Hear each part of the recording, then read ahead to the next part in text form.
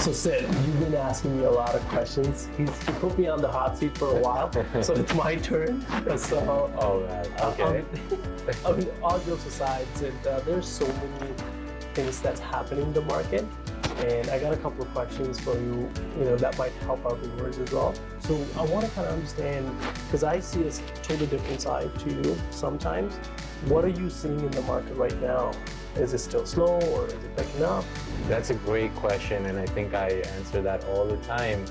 There's a lot of uncertainty in the market. I think last year we had a very slow year. The sales and everything in general was just down because of all the multiple rate hikes we had. However, this year things have turned around. So we're noticing that since January, the sales, the list to sale ratio, the average price, the days on market it takes to sell a house have all picked up in general. And that's causing a lot of bidding wars in this market at this time specifically. So I find that, it's not that the market's getting out of control and there aren't any opportunities at this time. It's just who you work with and who's really guiding you in the process. If you do look at if you're working really with the right professionals, they can show you some opportunities that can be bought at a low price point now, and in just a matter of months with the way the market is moving, you can see a double-digit return on investment. Wow. Which is fantastic. I think it's just a matter of time. I think last year was a slow year, okay, but this year is going to be a whole lot different. Are you seeing the same thing? I know you don't just service the GTA, you look at so many other different areas as well. Yeah. Are you seeing the same trend in the smaller cities as well? I do, yeah. I think it's not as affected in the smaller cities as in the more populated, dense areas. But usually what we see is the smaller cities follow the trend of the bigger cities. Gotcha. And it's great that you asked this question, because most of the investors that we work with try to go into these outside cities because that's where they see the most value, and the rents are more or less the same as the big cities, so it's kind of a good deal. So Sid, to tie on to that question, so I see a lot of clients come to me because they can't afford to buy houses in the bigger cities. Yeah. So they're kind of looking into other smaller cities. And when they're doing that, they see multiple different bids on houses. It's the same thing in the GTA as well, or? Yeah. Another great question. I think there is a similarity in the trend between the big and the small cities. What it really boils down to, I think, is affordability. People have a hard time afford a townhouse or even a condo at this point. So they lean towards these smaller cities where they can get some more space, a lower cost per square feet. But again, I think that boils down to who you work with, because when you go into these smaller cities, there are many times when they're not as developed, or there's things that get overlooked, and your professional can guide you in the right direction to stop you from making mistakes. Absolutely. So I always think about myself, when I'm dealing with lots of clients and obviously dealing with you as well. Number one question, when it comes to pre-approvals, right? What do you think about it? And when clients come to you with a pre-approval, does that help you? What are the do's and don'ts in the home buying process? That's a great question, and I think there's a two-part question to that. So it's gonna be somewhat of a long answer, but I'll try to summarize it. Okay. I think it's crucial to get a pre-approval, of course. Many buyers I work with, they say, they're pre-approved or they've already spoken to someone and they have a verbal approval, but that only takes you so far. I think getting pre-approved is crucial in the buying process. It helps you in many ways. It allows us to negotiate with the seller in a better way. It also gives us a general idea of what we can afford, of course, so we're not spinning wheels looking for the wrong properties. So going back to the do's and don'ts, I think getting a pre-approval is crucial, but also working with a professional that understands the market and can guide you, has been where you want to be, and kind of take you there as a tour guide rather than a flight booking specialist, if that makes sense. So people that actually book you flights, can send you to places, but they may not have necessarily been there. Whereas tour guides have actually been there, done that, and can actually guide you in a much more effective way. Perfect. I mean, this question we probably have answered this question, but I want to kind of understand if I was a first-time home buyer. So Yes. if I want to get my dream home, Yeah. what can I do to make your life easier? Oh, I appreciate that. Yeah, wouldn't it be nice to have a client that is fully checked off, knows what they're doing, do all their due diligence and homework prior to meeting me? But I know that doesn't necessarily exist in a perfect world. However, there are certain steps that you can take to better equip yourself for a property in the market. I think the first step is getting the pre-approval again and working with a professional on the mortgage industry side as well. Someone like me?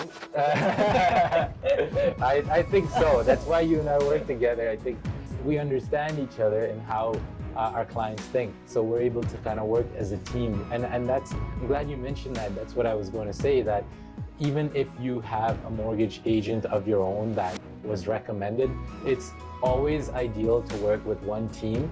I like to call it like a one-stop shop that we have, where you have a home inspector, mortgage agent, a lawyer, like the whole 9 yards. So now everyone's working in harmony in your best interest, rather than trying to juggle and say he said, she said, and then it just becomes a bit confusing and it's like a broken record.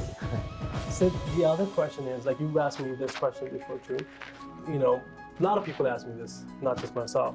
Should people wait for the rates to drop to buy?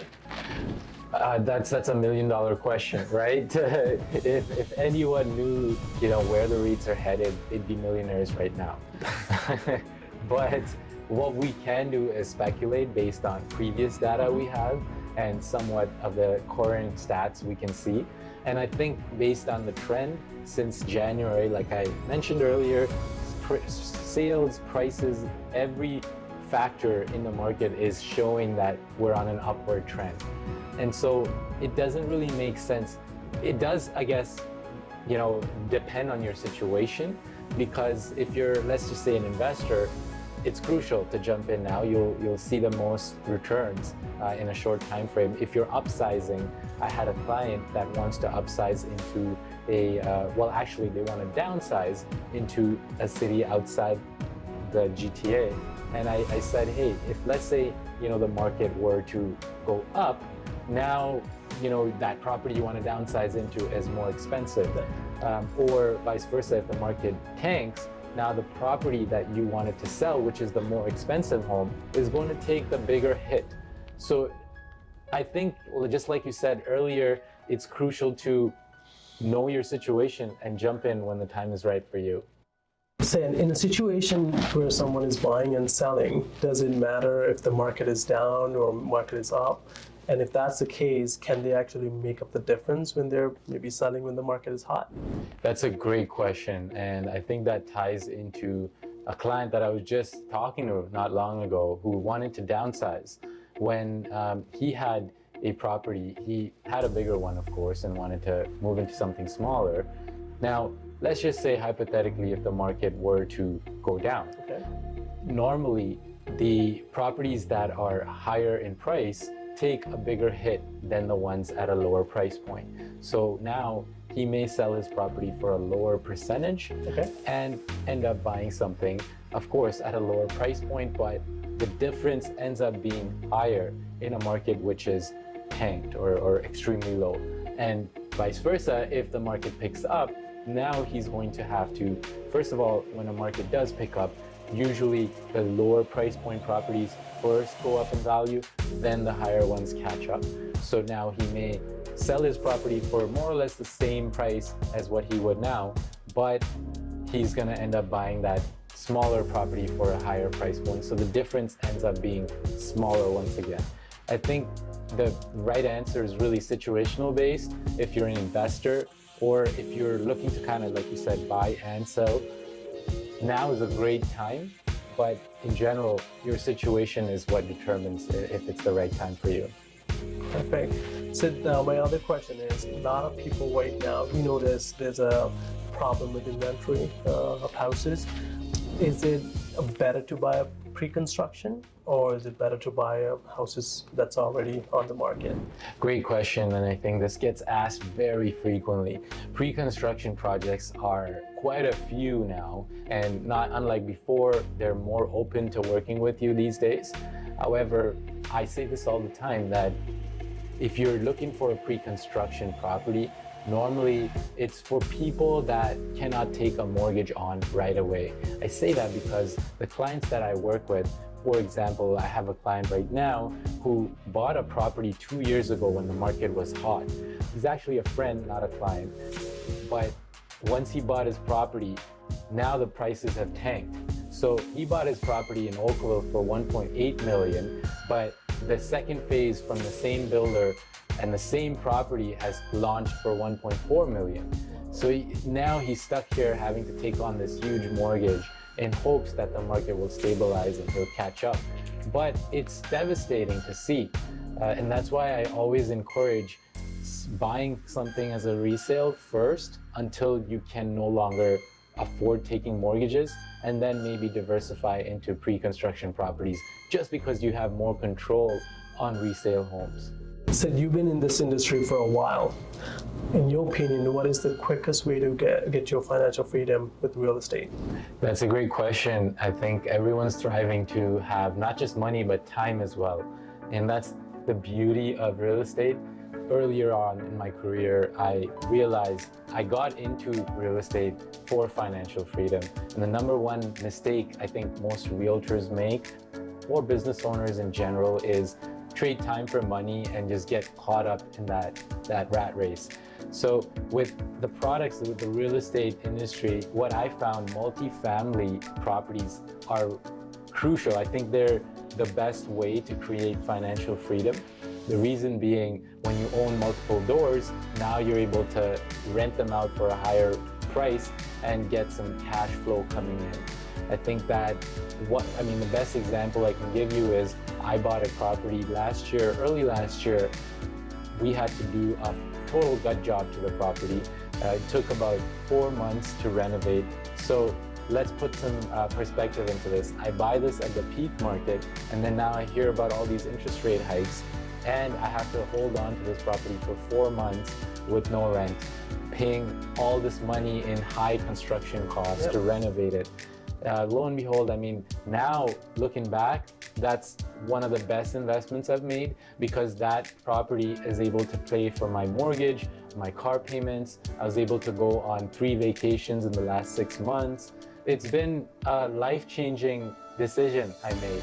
So it's I think crucial to jump into that multifamily sector to start creating cash flow for yourself.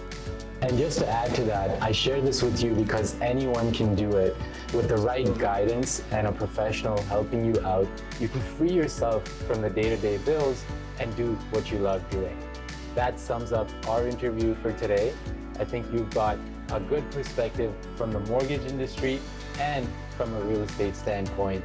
If you found value in this video, please give it a thumbs up and subscribe for more. Or if you have any further questions, please DM me. I would love to talk to you and assist you with any of the questions you might have. Awesome. If you have any comments or questions about this video, don't forget to drop them in the comments below. We'd love to answer any of your questions. Hope you enjoyed this video, and until next time, we provide results that move you.